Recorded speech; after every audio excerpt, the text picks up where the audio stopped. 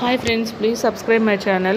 Who are having fixed deposits in your bank account, please follow this rule, because our government means state government or central government passed this rule April 1st 2025 onwards.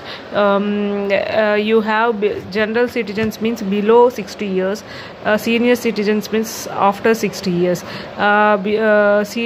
below 60 years people who are income, personal income or personal income below or equal to 2.5 lakhs, then you can apply form 15G, G means general, to your bank account. It is applicable to reduce the TDS in your account, fixed amount interest. అంటే కనుక మీరు bank fixed deposit చేసినట్లయితే కనుక మీరు ఉన్న దాంట్లో కనుక TDS cut అవ్వకుండా ఉండాలి అంటే మీకు ఇన్కమ్ అనేది 2.5 lakhs ఉంటే కనుక జనరల్గా 60 years లోపు ఉన్న వాళ్ళకి TDS అనేది కట్ అవ్వదు. అంటే ఇంట్రెస్ట్ మీద కూడా ఒక 10% కట్ అయ్యిద్ది. కట్ అవ్వకుండా ఉండడం కోసం గవర్నమెంట్ అనేది ఫామ్ 15G అనేది అప్లికేబుల్ ఉంది జనరల్ సిటిజన్స్కి అని చెప్పి పెట్టింది. మీరు అప్లికేబుల్ చేసుకోండి ఫిక్స్డ్ డిపాజిట్ చేసినందుకు.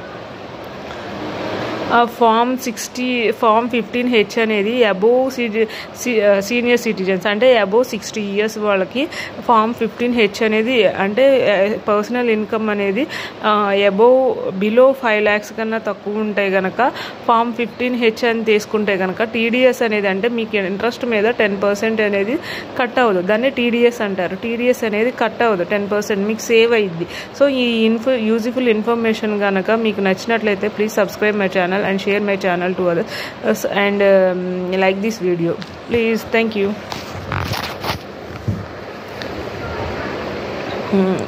వెళ్ళి ఫామ్ 15 ఎవరికి అప్లికేబుల్, ఫామ్ 15H ఎవరికి అప్లికేబుల్ అనేది మీరు తెలుసుకోండి. ఫిక్స్డ్ డిపాజిట్ చేసే వాళ్ళకి మేబీ హెల్ప్ఫుల్ అయ్యిద్ది. ఇది రూల్ పాస్ అయింది April 1st 2025 నుండి.